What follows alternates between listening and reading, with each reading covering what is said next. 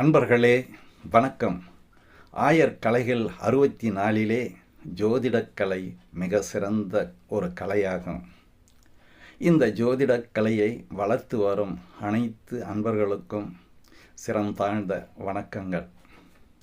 அன்பர்களே, நம் ஜோதிடத்தின் மூலமாக பல அன்பர்களின் வாழ்க்கையை ஒளி ஏற்றி அவர்களை நல்வழிப்படுத்தி கொண்டு வருகிறோம்.